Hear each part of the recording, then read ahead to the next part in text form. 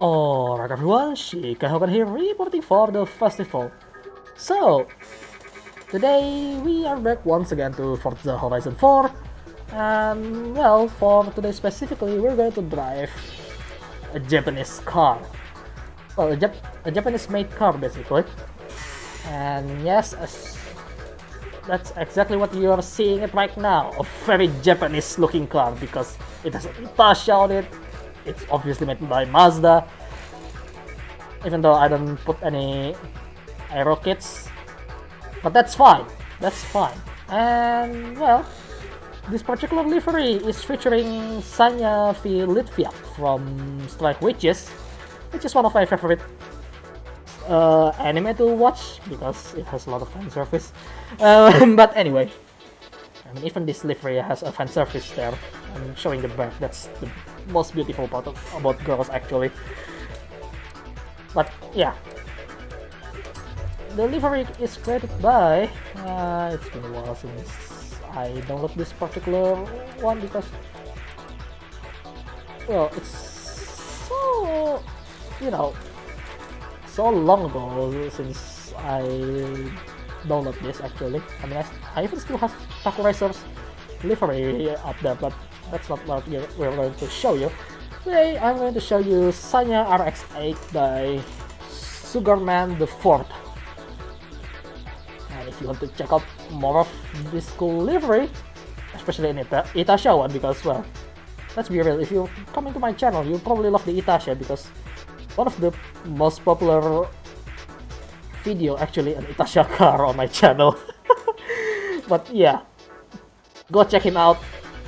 I'm pretty sure you're going to love it, especially since this is a JDM. Not really because it's a left steering car actually, left hand drive. I mean, if I check it properly, yeah, it's a left hand drive. I only need to take it a glance on the windshield there. Anyway, let's go into the upgrades and see what we work with. Because I already upgraded to A class because I just want to keep it as rear-wheel drive if possible. So I'm obviously using the rotary engine itself. I don't know which engine, but obviously the Doritos. So stock engine, obviously. I can change it to inline 4 turbo rally, but why? I mean, I know it's a lot more reliable, but come on. And we have the option to upgrade it to 2.6 liter for rotor racing engine, which has 690 horsepower. Nice. Anyway, from the car itself, I keep it naturally aspirated because this car is quite a handful to drive actually. If I try to put it on a single turbo, besides it has too much already, so yeah, it's pretty good. I mean, it's 7.4 speed. That's already nice in my opinion. And we can change it to all-wheel drive if we want to, but why would you do that? I mean, no, you don't want to do that because this car is already good, you know, with rear-wheel drive. Come on now, don't be a pussy. Yes, do a rear-wheel drive. And for the body kit options here, we have some here actually, and in fact I actually use one of them because the livery use it. This is the Inks Street front bumper. The stock one would be like this, which well won't work well with the livery, so I put it on with this. And of course we have the usual Forza splitter, which is, well, actually it looks really ugly on this one because it looks like a plate, or that is just a small splitter. Yeah, that's really big splitter there. Oh yeah, inks it is. So obviously the rest is following.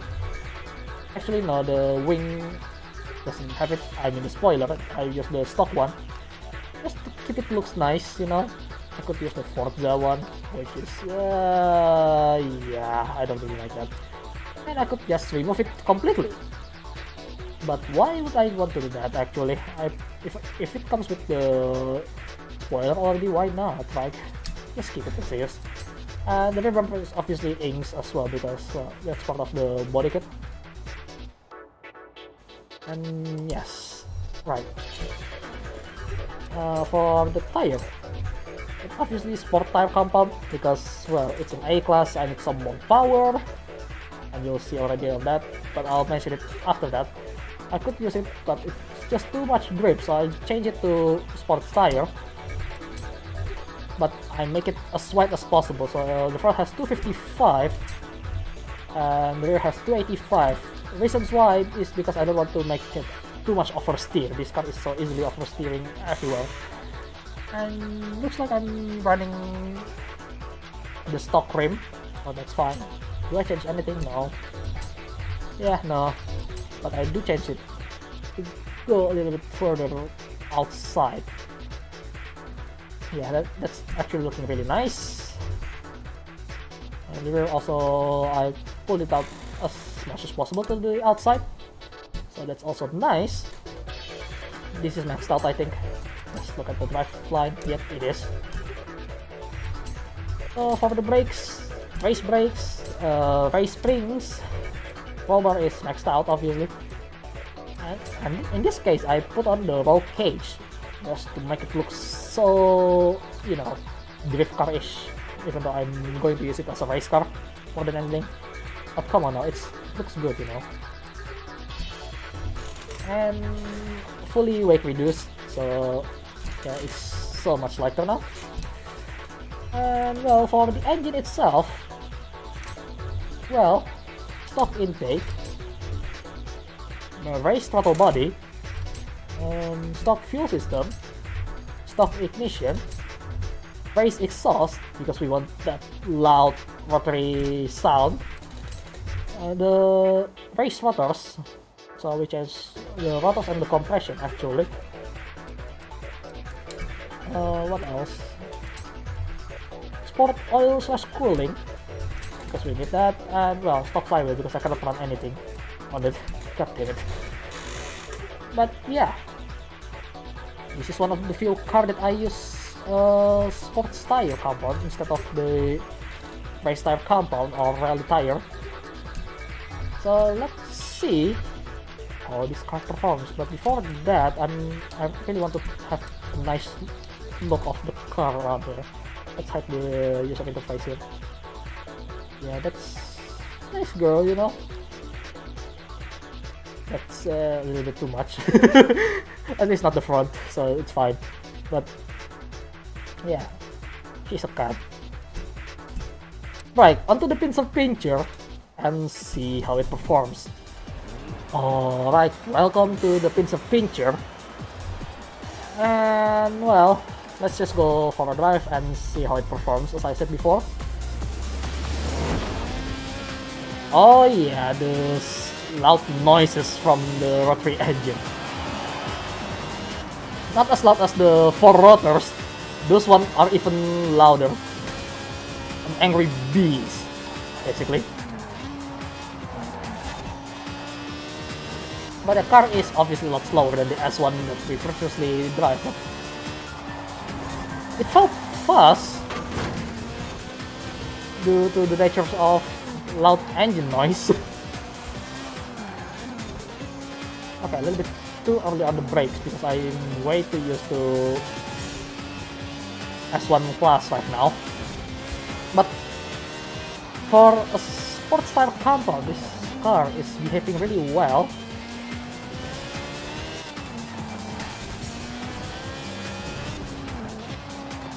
Yeah, it behaves really well, it accelerates really nicely. But yeah, you probably need to keep it on the right range to keep it, you know, to keep the power in line. Because if you go down below the power, this car is taking quite some time to get into the power again. You at least need to get to 8000 RPM to make sure it's in the power, in the right range.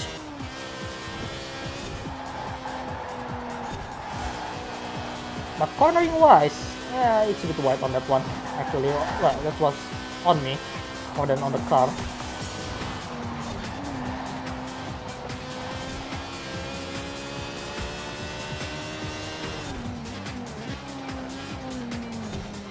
the fun thing about this car is actually it's available on my country, unlike the RX-7, which isn't available. But too bad they don't make this anymore. I mean, well, it's a nice sports car. Mazda making nice sports car is not a surprising thing. That's one thing that I like about Mazda. But the annoying thing when it comes to my place is the fact that, for example, the Miata is priced twice than the other region at the very least, due to the nature of it count as a luxury car. So that's already just a Miata. Then this obviously is a lot more expensive because of it. Because if it's a luxury item, the price would be just go twice. So basically, you pay 200% of the original price, which is really annoying. So even though Miata is not affordable on my country,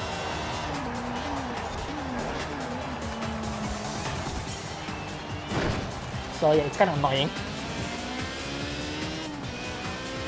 I keep forgetting this is a sports tire compound. It's not going to stop as well as the race tire compound, but it felt like a race tire compound because it doesn't wheel spin as much when I'm trying to throw it around.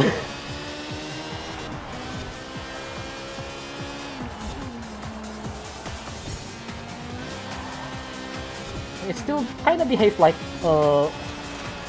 S1 class, but slower. But that's fun. Kind of like that actually, and it has 300 horsepower. So it's always nice to have a lot of power like that. And if you don't do the steering correctly, you'll spun out or go sideways.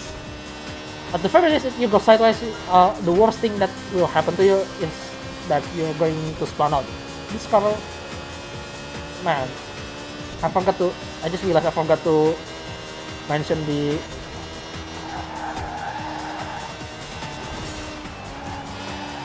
power figure on this car. But then again, power figure is not everything actually when it comes to my personal preference in real life. I mean, well, maybe a little bit, like maybe just 150 horsepower or 200, but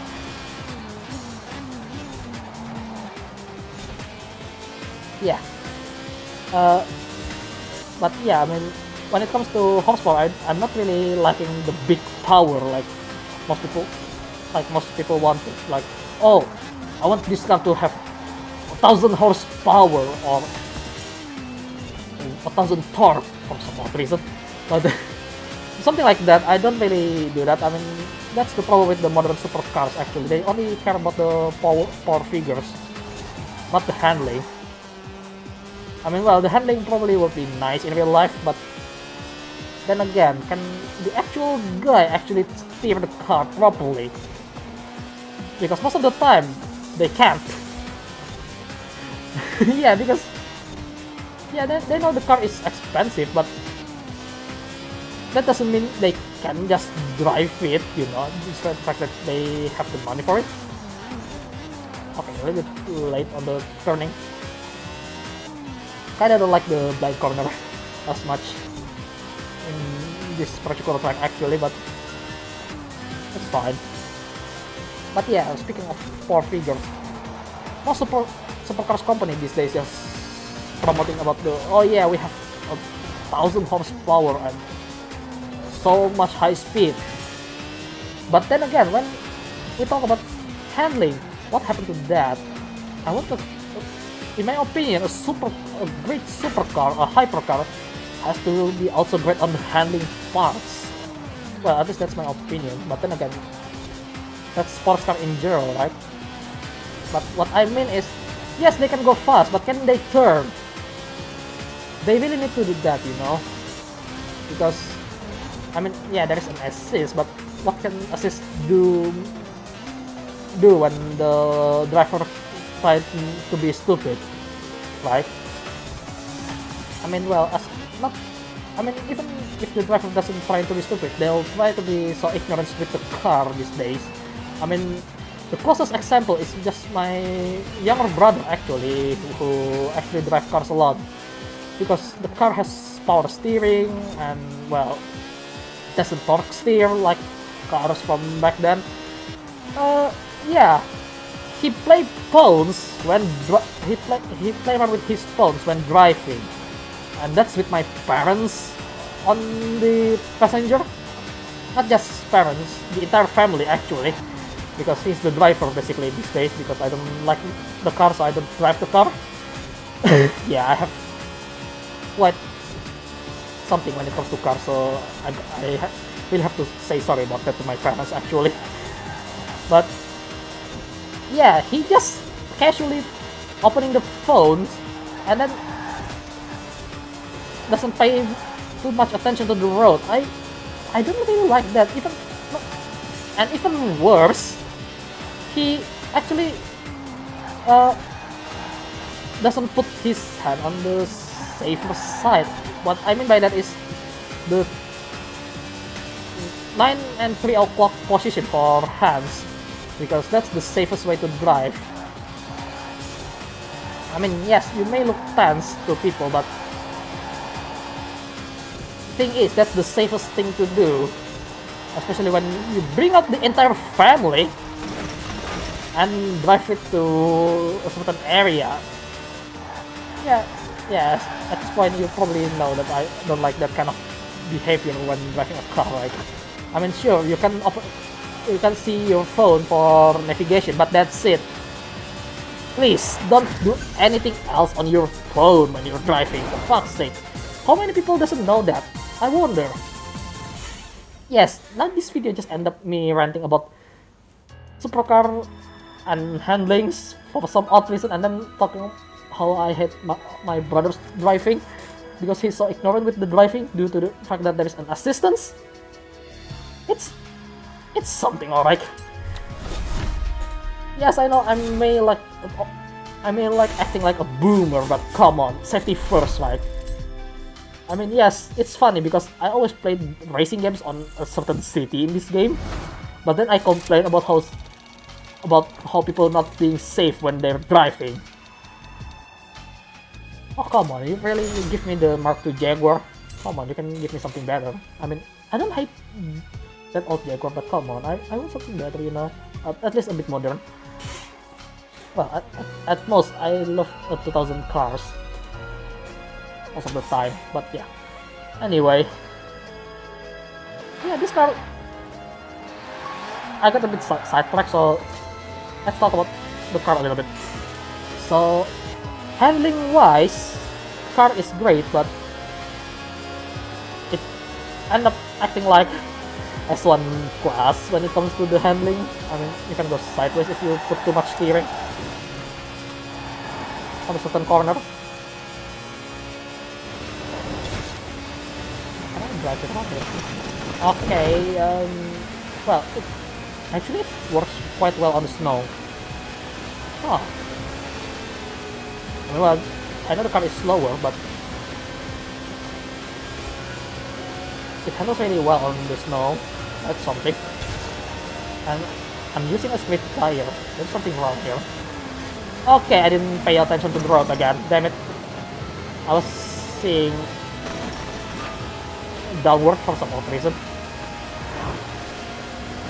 But, well, let's try not to crash around here, shall we? Because this is 2 videos in a row I crashed around here.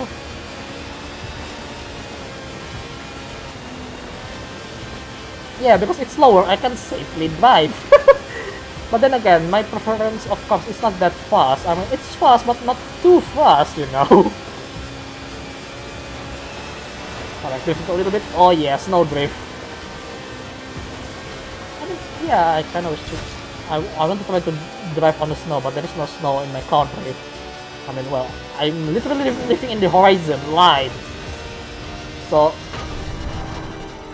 obviously, there is no snow. I cannot fit. Wow, okay.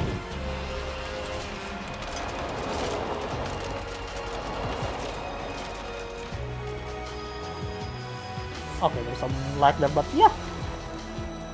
Here's the thing about this car. It's actually available on the country, and I've seen a few of them used, obviously. Moving around my seat, so yeah, one of them is even plastic deep. I kind of want that, but well, at most I can afford Miata. At most, because Miata itself is bloody expensive on my place, so it's yeah. At most, if I want a rear-wheel drive car, I'm probably getting an 80s Corolla because that would be the best chance that I can get for an affordable rear-wheel drive. I mean, seriously, there's so much hatchback these days. I really don't like it. Yeah, this video has become me complaining about everything that related to cars. Which is, well, not exactly my fault, alright? I want a perfect car for me, not for someone else. Okay, that's a McLaren F1. Right? Yeah, that was a McLaren F1. But then again, I'm just ranting all over the place now. Yeah, of course he can chase me. It's an S1 class, what do you expect? Yeah, and looks like he's testing a high-speed test. And I broke some properties again, god damn it.